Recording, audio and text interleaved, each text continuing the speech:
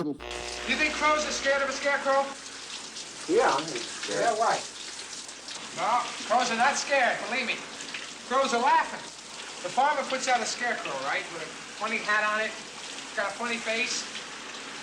Crows fly by, they see that, strikes them funny, makes them laugh. And then they say, well, that old Farmer Jones down there, he's a pretty good guy. He made us laugh, so we won't bother him anymore. I gotta tell you something. That's the most harebrained idea I've ever heard. Well, it's true.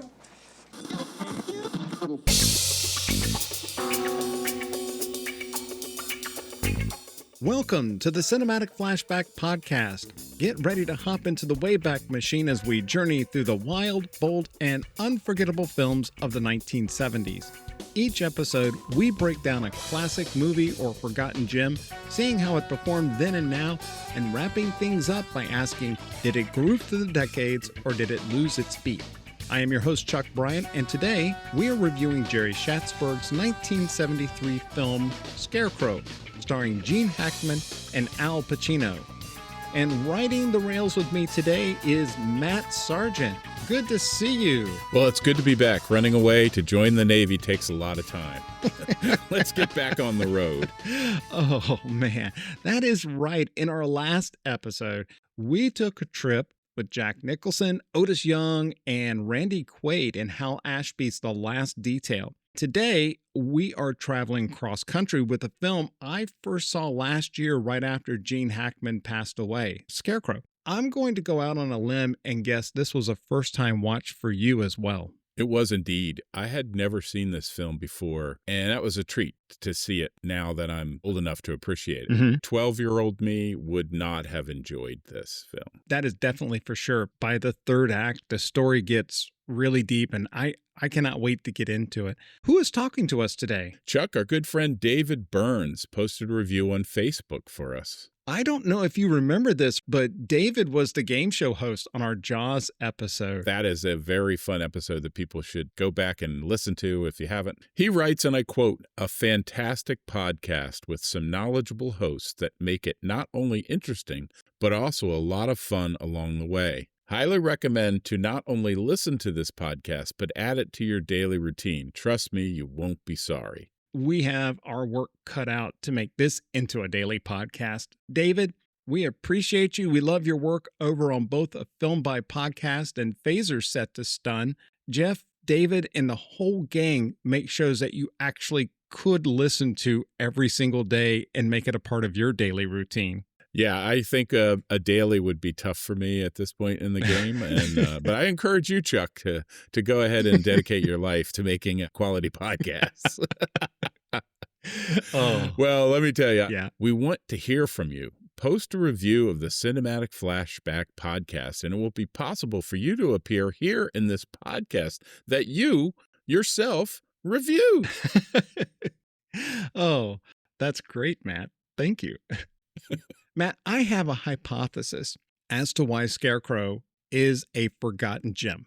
This was a small film. It was intended to be a small film by the studio, and it was a small film in the valley overshadowed by much larger films of that time.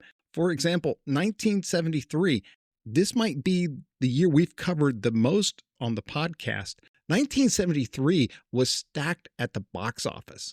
The top 10 films included The Exorcist, The Sting, American Graffiti, Papillon, The Way We Were, Magnum Force, Live and Let Die, Disney's Robin Hood, Paper Moon, and Serpico. Yeah, and just 1 year earlier, The Godfather dominated 1972. The Poseidon Adventure opened in December and rode that disaster movie wave straight into 1973.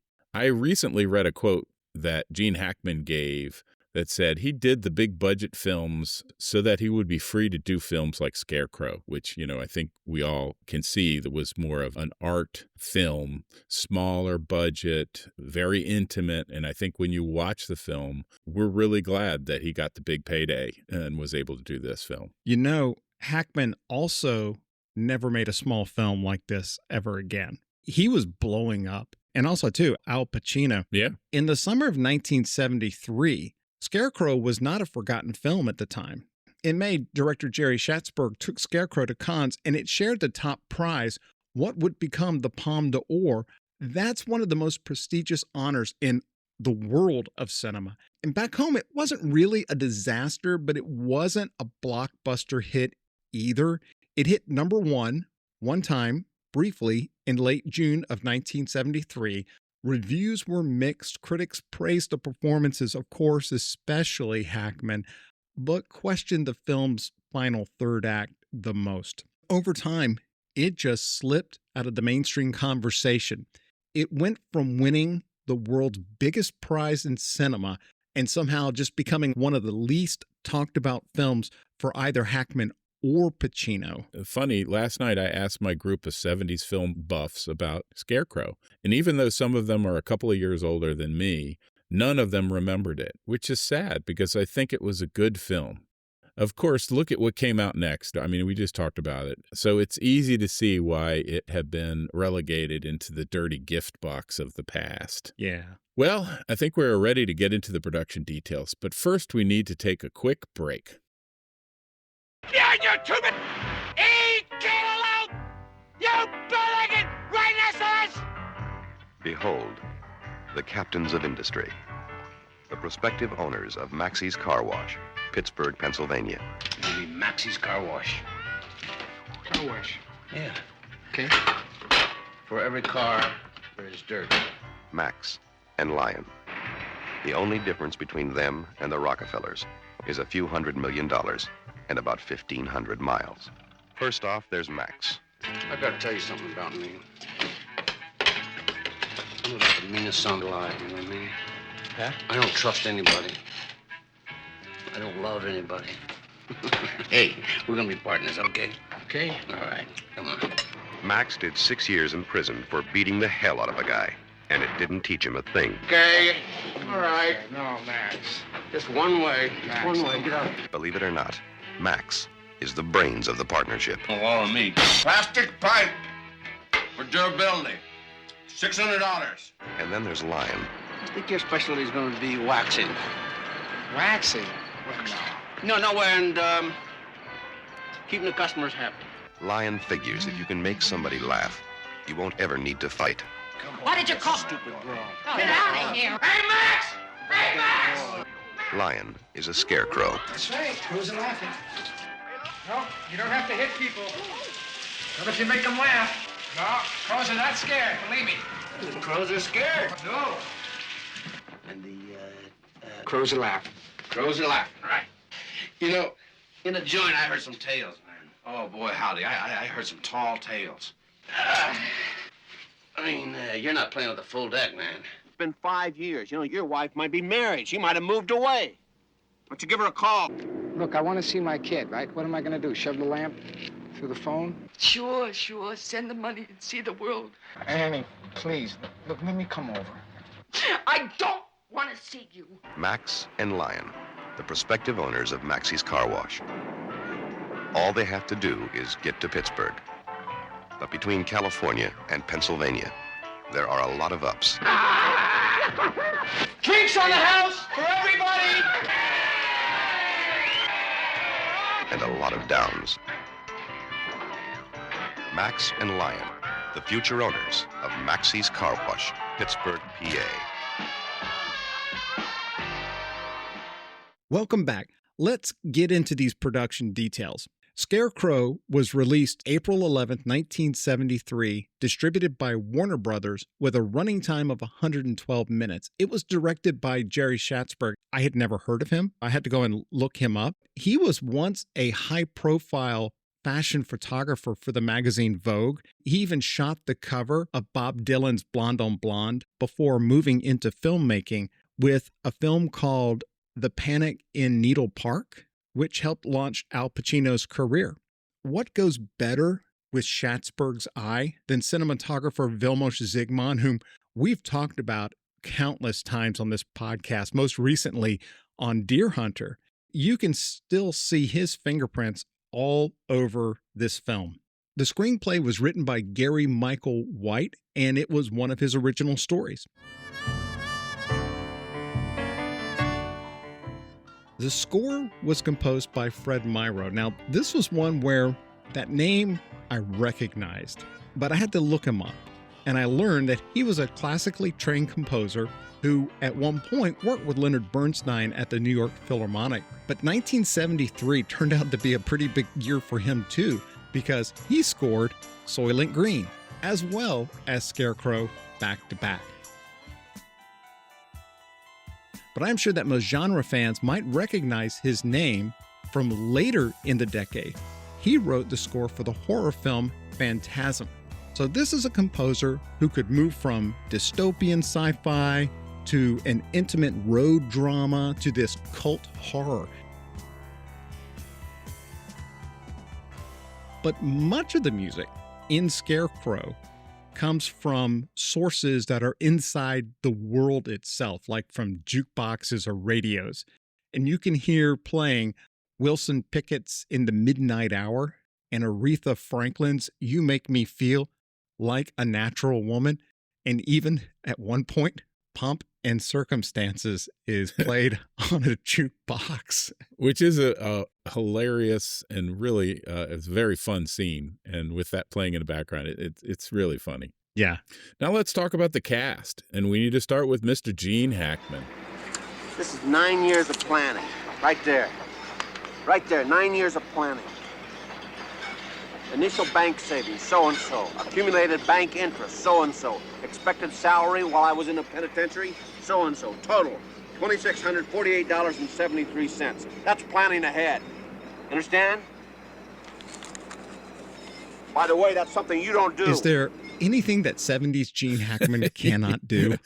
He is the man in 70s. And I'll be honest with you, one of the things you just told me is kind of sad, but I think about that he didn't do more small films because he's such a talent. And obviously he brought that talent to some big films. And obviously at a certain point, just getting Gene Hackman into your film means you have a big film. Yeah. He was in that kind of demand and he delivered. I guess we get a glimpse into how Gene envisioned his craft in a more pure form in this, because he really inhabits this character. I have a sneaking suspicion a lot of Max is really Gene Hackman. Before the film started, Pacino and I were up in San Francisco, and we thought maybe we'd try to get into the characters, the bums. And we got some clothes and stuff and walked around Market Street. I said to Al, maybe we go to the Salvation Army and see if there's a soup kitchen or something. I asked the guy where it was, and he looked at us and he said, yeah, it's down a couple blocks, and you go over and this. And I said, thank you. And he said, you're welcome, Mr. Hackman, Mr. Pacino. And to some extent. I always say that about actresses and actors. I mean, I really give them. They're pulling from something, right? They're pulling from something. And I don't mean to say, there are certain actresses and actors that I have said they are playing the exact same person in every film they appear in. It is themselves. Oh, yeah. Which, can be entertaining. It also can be, one note and flat. I don't think that's Gene Hackman. We've seen him in a variety of different roles playing vastly different personalities. But I have a sneaking suspicion that there's more than a little bit of Gene Hackman in Max. Yeah. And Max is a volatile ex-con with the dream of owning a car wash in Pittsburgh. And he is the engine that makes this film move forwards, that character. When we first started Cinematic Flashback, if you were to ask me, what role do you know Gene Hackman from? I would say Lex Luthor, Superman. I would not have gone through this entire litany of films that we have watched and talked about. Hackman's performance in this is one you don't want to miss. What I was really shocked at is Al Pacino coming in with a performance that I thought was amazing for someone who I am not a big I will just give you the heads up. I am not a huge Al Pacino fan until this film. Okay. Listen, you got a middle name? Why? Well, I got a little trouble with Francis, Lionel. Lionel. Francis Lionel Del Buque.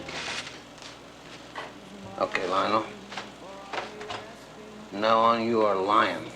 Okay? Okay. He's best known for his films The Godfather part 1 and part 2, but also he's about to do Serpico. He's about to do Dog Day Afternoon. Yeah. I had one note for both of these guys. It was the way in which each one would prepare for a scene. Oh, yeah. We always talk about method actors and method acting.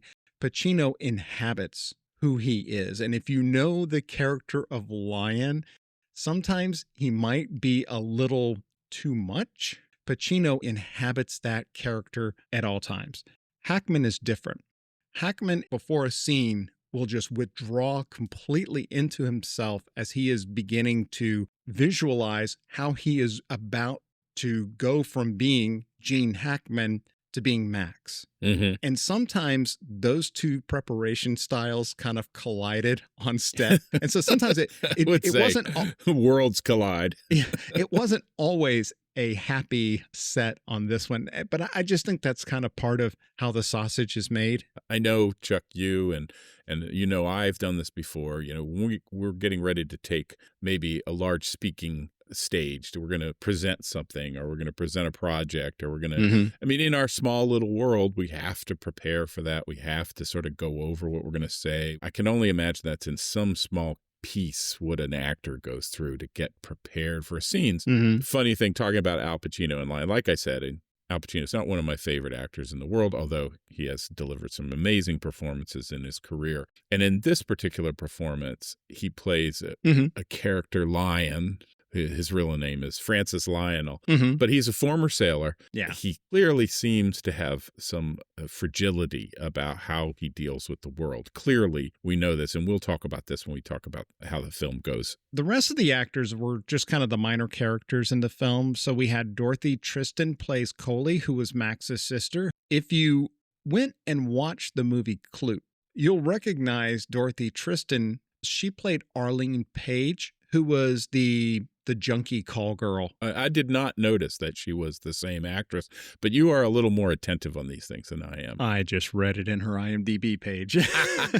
Well, I really enjoyed her performance. It's very hard to play the sister of this Max character. As a family, they were on some hard times because clearly they were on the rails. They were running the rails. They were on their own. Yeah. So it's an interesting peek into what sort of put Max together. Anne Wedgeworth played Frenchie.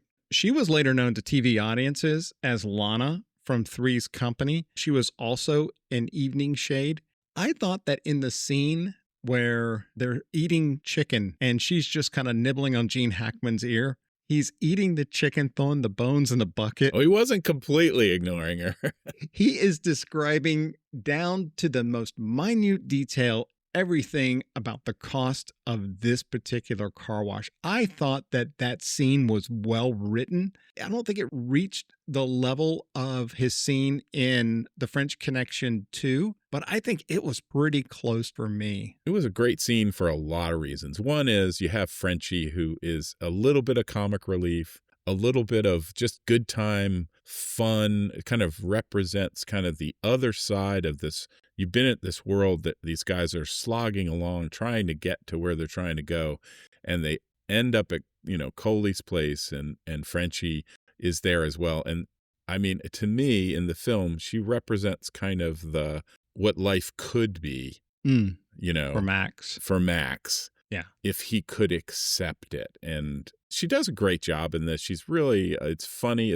I believe in my heart of hearts, it's actually difficult to play someone ditzy. So I think there's a lot in there, and I really enjoyed her performance, and I'm glad to see that she was in other things later, because I enjoyed her, the way she played that role and how that role was written. Richard Lynch played Riley, and he is the trustee at the prison farm who doles out the work details. Richard Lynch would go on to become one of the great scarred villains of 80s genre cinema. Whenever a TV show needed someone who was like a bad guy, and you could tell because, he's the bad guy because he's got scars, they would turn to Richard Lynch. But there's actually a dark story about how this guy got those scars. And those scars came from a 1967 incident in New York's Central Park, in which he was under the influence of drugs, and he set himself on fire. Mm. He burned more than 70% of his body and spent more than a year in recovery. And during that time, he gave up drug use and began training at the Actors Studio and the HB Studio there in New York, and found employment in various films and went on to have an incredibly successful career as an actor. It's tough to hear because burn victims, I mean, it just is so bad. I mean, it's so painful. And I can see how somebody might have a catharsis from events such as that. But I'm sure glad he was great in this film. Mm-hmm. You're definitely, your hackles raised as soon as he comes on the scene, because you're like, oh, is this guy good? Is it bad? The way they develop that, I think in modern film, they'd immediately move to his villainy. Yep. In this film, they were careful to draw it out slowly. Yeah. And I thought it was, even again, just perfectly done, because, and maybe it's my now modern view is like, trustee at a prison, he's gonna try to hurt someone, right? Because we've seen it over and over again. It's almost a trope. But back then, I don't think that was the case. It was like, I think back then you had the 70s mindset about people going to prison, and it's a work farm, and it, you pay your time and you get out. And we have echoes of the bad situation from conversations that Max and Lion have about Max's time in prison. And finally, we have Penelope Allen. She plays Annie, who is Lion's estranged girlfriend. She is perhaps the one character in the film that I absolutely hated. Just not in a I hated her acting, but I just so strongly disliked her character. Penelope Allen would go on to appear with Pacino again very soon. She played the head bank teller in Dog Day Afternoon. Huh. Matt, we've got the talent, we got the pedigree. So what exactly were audiences walking into in April of 1973? Well, we've given you some hints, but let me give you a little bit more of a synopsis. Little synopsis. Put it together. Yes. A little synopsis here. There you go. Scarecrow follows two drifters who meet on a California highway and decide to travel east together. Max is a hot-tempered ex-convict headed to Pittsburgh to open his dream of a car wash with money he's been saving. Lion is a former sailor who's just been released and is on his way to Detroit to reconnect with the woman he left behind and the child he has never met. As they cross the country, their odd couple partnership deepens into an unlikely friendship, but a series of setbacks, including a stint in a prison work farm and a painful reunion in Detroit, tests both their dreams and their bond. We need to take another quick break, and when we get back, we are going to dive into our thoughts on Scarecrow. Don't go anywhere. I'm Amber. I'm Dayton. I am Disney's Jean. I'm Robert. And I'm Tim. And we are the hosts of the Docking Bay 77 podcast. And we're here to give you a little tease of what to expect in 2026. In January, we're bringing back our very popular Sci-Fi Movie Month. That's one iconic film from the 1950s, 60s, 70s, and 80s. You all know that we love Disney on this broadcast. I mean, it's literally in my name. So Amber and I are going to be going to spend some quality time with you looking at their live action films from the 50s, the 60s, and the 70s. Think 20,000 Leagues, Apple Dumpling Gang, and so much more. Now, the year 1977 was an important year for pop culture. We're talking game-changing, earth-shattering, culture-defining moments. So we are doing our longest series ever, looking at films and albums from that legendary year. Docking Bay 77, where Broadway references meet the voice of reason. And it's healthy for you. We're just a bunch of nerds discussing what we're listening to, watching, and reading. And as always, encouraging you to listen to more music, read more books, and watch more movies. And remember, physical media is better than streaming. Docking Bay 77, your 2026 adventure starts here. Welcome back. From here on out, we might give spoilers, so be prepared. If you haven't seen Scarecrow, and I'll be honest with you on this one, I really want you to go hit pause and watch it, and then come back to this point, because this, I don't want to give away the spoilers. It's not like there's cliffhangers or anything, but you will more fully enjoy the film if you don't have some of the spoilers we might unintentionally reveal. Let's talk about this odd couple. Max is structured and aggressive while Lion floats through life. And on paper, this pairing really shouldn't work, but somehow it does because both of them are actually outsiders trying to re-enter the world. So let's start by talking about Max and Lion and seeing how these two got paired together. So I think one of the most interesting things about this film is just how it begins and how the relationship between these two characters begin. Mm-hmm. They both end up on a road trying to get a lift. Max has walked through a field to get there. That was a beautiful shot, by the way. It was. When I was describing both Vilmos and the director, that shot is beautiful. That scene is absolutely beautiful. And what's funny about it, too, is you have this ultimate beauty and you have Max walking across the field. Then he has to pass through a barbed wire fence, which when I grew up, we actually had one in the backyard. And exactly what happened to Max would happen to you all the time. You'd get halfway through, your stuff would get caught. It was very humorous. Yeah. Max makes it to this road. It's kind of dusty. The wind is blowing like crazy. And there's not a lot of traffic. You know, the two characters are trying to both hitchhike, and Max is clearly doesn't want anything to do with the other guy. Lion is trying to get Max's attention. Frank, what the hell's up? I'm out here now. It's 5 hours. I don't know. I don't know what he said. Well, you talk to him. Well, wait a minute. I'll get him on the wire. Hold on there. George, hey, what the hell happened? I got Frank on the wire here. You want to talk to him? All right, go ahead. Talk. He's carrying a box, a gift, right? So this is kind of this, okay, here's this guy. He's obviously a traveler. On the other side is this man, Max.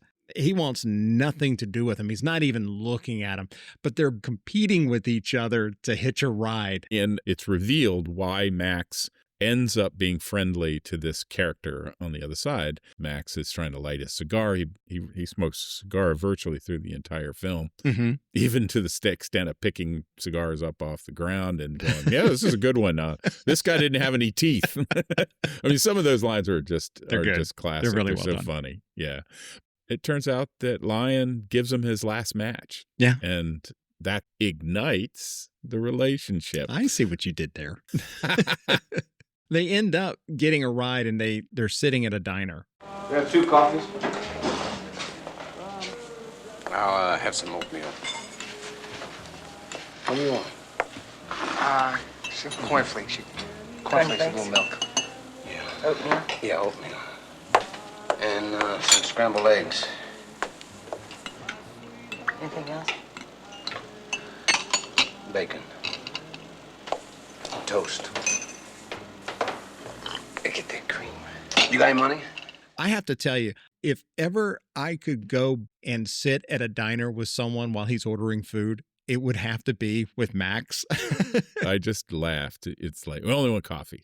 And then what did he ask for? Oatmeal. And, eggs, bacon. And then eggs. And the lady's like, you want anything else? He's like, bacon. And she starts to walk away. And toast. And it was funny because it was real. It was real, but it was also real when you open your mind up a little bit and you think this guy was in prison for the last 6 years, right? Yeah. No one asks him what he wants. He just gets what he wants when he goes down the line. Oh, that's true. He's in this situation where someone's, what do you want? And they will bring it. I mean, think about it. After 6 years, it's like that's pretty, it kind of, to me, it opened up. Oh, you seriously, this guy is definitely, they both come from institutional food places and it shows. So I think Max had just finished serving time due to his temper from an assault charge. And Lion he was a sailor. I don't know if he was in the Navy, if he was in the Merchant Marines, but he was in the something, right? Max learned very quickly in prison that you had to be a good fighter. Why did he become a sailor? Lion ran away from his girlfriend who had become pregnant. And he did not want to stay around, and he just, I think he says it. I was a coward or something. I was a kid, I was a kid. Yeah. Max definitely reiterates to him, is like, hey, you're a kid. You didn't know what was happening. Now you're trying to make it right. And he runs away, but he sends his pay to the girl, although he's never met it. No pictures, no nothing, no contact from her. He doesn't even know if his child is a boy or a girl. Yeah. Which then explains the contents of the present, which Right. is a lamp. It's always funny to see that it's a box and it's got a bow on it, so it's clearly a present. But it's unlike any other present because you can remove the lid and put it back on and the bow stays on, which is an artifact of it being a movie. Yeah. Because they needed to be able to show the contents. In any other case, it would just been wrapped with paper and he would have said it's a lamp inside. While Max was institutionalized in San Quentin, he too was making good use of his money because he eventually has a dream for what he wanted to do. Yeah, he saved every bit of money and he's got the grand sum of like $2,300. Yeah. But that's enough, he's calculated. That is enough to get him started on buying a car wash and getting it going. Does it ever say why he wanted to get this car wash in Pittsburgh? Probably he got a magazine or a paper and it had car wash for sale. Got fixated in his head that he's going to Pittsburgh to do this. Because there is a time in the movie when he meets up with his sister and their friend, and they're trying to convince him, why not open a car wash here? Coley has a house. I mean, it's all set up, and they're really trying to convince him. And part of this is that Lion definitely wants to get to Detroit. And Max, without a doubt, is fixated on getting this car wash in Pittsburgh. Max is sending his money to Pittsburgh, so I guess his bank is in Pittsburgh. That's right. So that makes the most sense that it's going to be in Pittsburgh. He doesn't quite realize that, hey, it doesn't really matter where your bank is. You can open it anywhere. And I realize that from a 70s point of view, you might not have that whole ability to wire money back and forth as convenient as it is today. Literally, maybe he did actually have to go there to get the money. Well, I think, though, that his singular focus on this it informs the character a little bit. It's intended to realize that in some ways, Max is not very smart. In other ways, he's very street smart. He just feels like if he changes from that path, he doesn't know where it'll end, so he is not willing to change anything. And Lion is also somewhat single-minded as well because he could pick up a phone and call from anywhere, right? He doesn't need to go to Detroit. I don't know if it's time for this, but I'm going to say something. If these two hadn't met each other, things would be much better for both of them. Interesting. And here's why. Max would have gotten to Pittsburgh without much fuss because he wouldn't have gotten into a lot of anything else. For sure, Lion would have done what his original plan was, which was to walk up to the door and knock on the door. So we will talk about why my theory is these two guys may have been better off if they never met each other. Well, I think that's a good point to begin teasing that out a little bit more because Lion has this speech about scarecrows. Crows aren't scared of them. They're actually laughing because the scarecrow looks so ridiculous and it makes the birds laugh. And because the birds are laughing, hey, we're going to leave this farmer alone. We're going to go somewhere else. And this is why he's always trying to make people laugh. Whereas Max is much more straightforward. He's coming at it with his fist. These are two diametrically opposite ways of handling life and handling the things of life. Well, I think there's more to it than just the theory that he describes about the joke. I think the Scarecrow, the name of the film, and the two characters really are the two sides of Lion has that description of a scarecrow being a joke. And it keeps the crows out of the field because the crows enjoy the joke and don't want to hurt the farmer. That's his theory of going through life. Keep people laughing. They won't beat you up.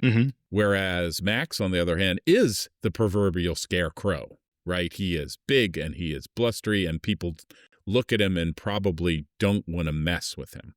And when you look at how he's dressed, that is really funny that you bring that up because it is a very important point. In this movie, Max is wearing layers and layers and layers of clothes, which ends up being one of my favorite scenes in the whole film is the first time Max actually maybe avoids a fight is he does a striptease of his hundreds of layers of clothes in the bar.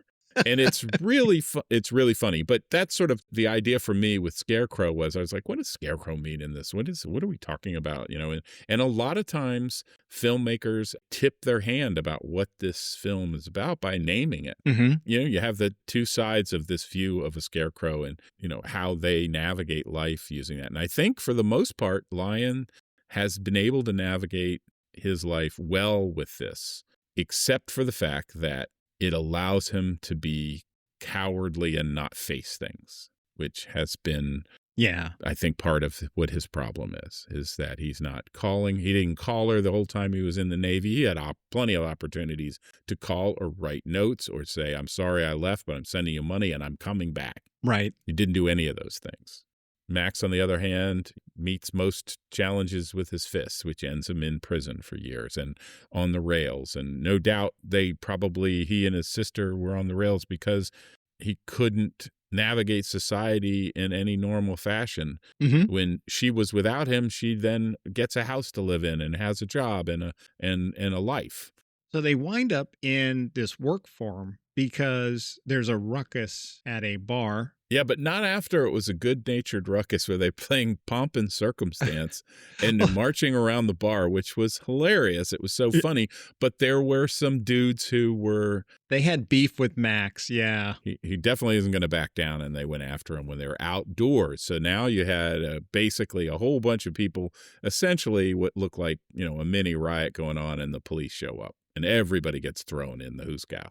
Lion in that scene, he wasn't wearing a beekeeper suit, was he? That was like a fire suit. It was some kind of fire suit because he jumps in the fire bucket. Remember at that point? Well, I was reading someone was saying that might have been a bee suit. And I'm like, no, that was an early firefighting suit. A bee suit would not go in a fire. Yeah. That was like, it's one of the ones you saw when you saw people fighting fires at like oil well fires. Mm-hmm. I don't know if back in the day you'd see the silver suit look like that with a big flat glass plate and all the it's definitely a fire. Definitely a firefighting suit of some sort or welding or something. But the two, they wind up at the work farm, and this is where we're introduced to the Riley character.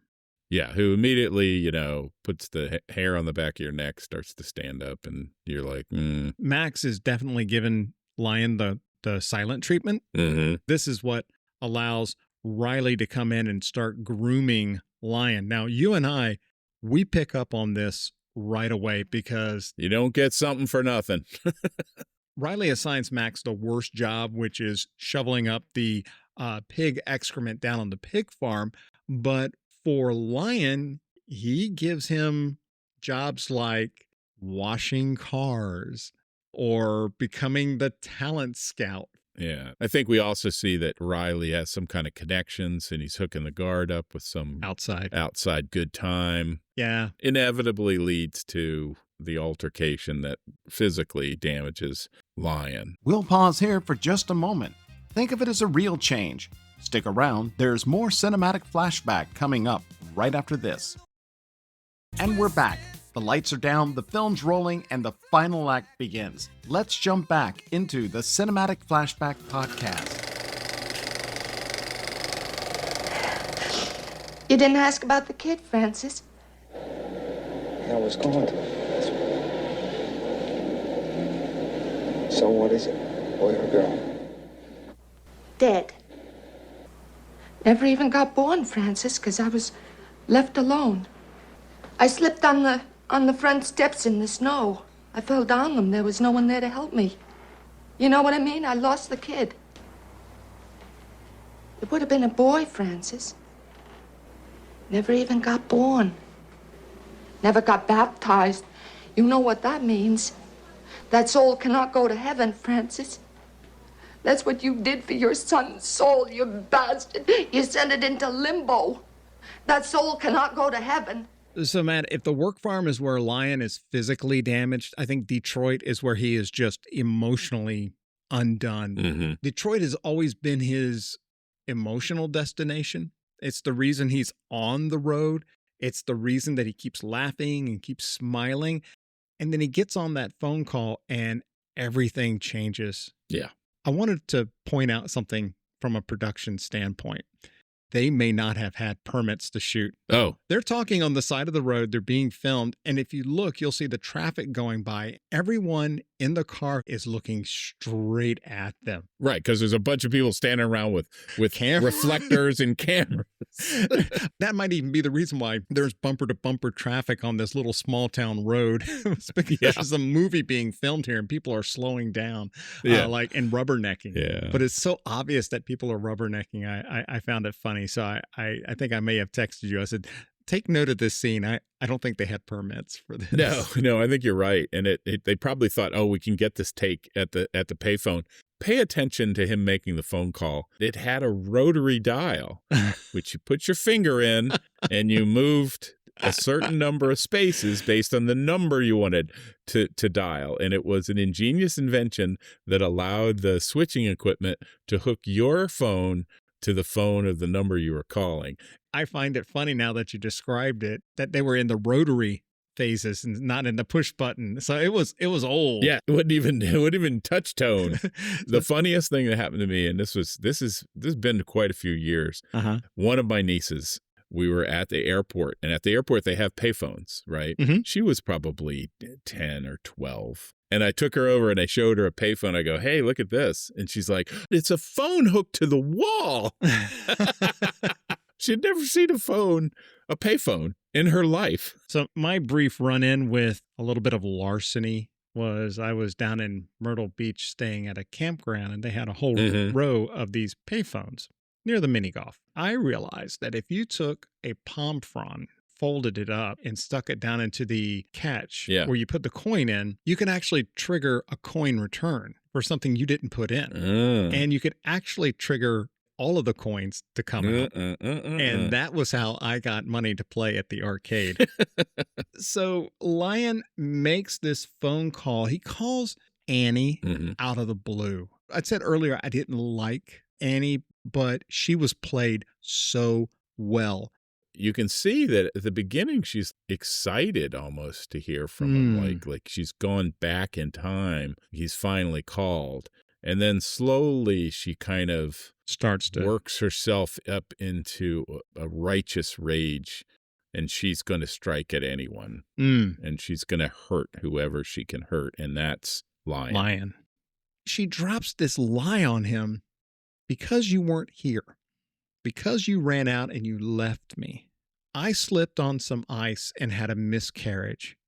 Max constantly tells him he should just make a phone call, right? Which would have ended in this way anyway. Right. Lion's idea was he was always going to go to the door. And I think in this particular case, Max enabled that, because if he had gone to the door, I think this is the point of having her on the phone and showing the child on the floor of the one room right there in the view of the front door, that he would have seen the child. Yeah. And he would have been, yes, ashamed, embarrassed, and all those things that he was, but he wouldn't have been broken. He would have thought, okay, my money went to something good, making a life for this kid. But she closes the door on that. And it's horrific and tragic, and it is why you hate that character. It's why I hate that character. From this point to the end of the film, we really don't see Lion as he was. I mean, he's broken.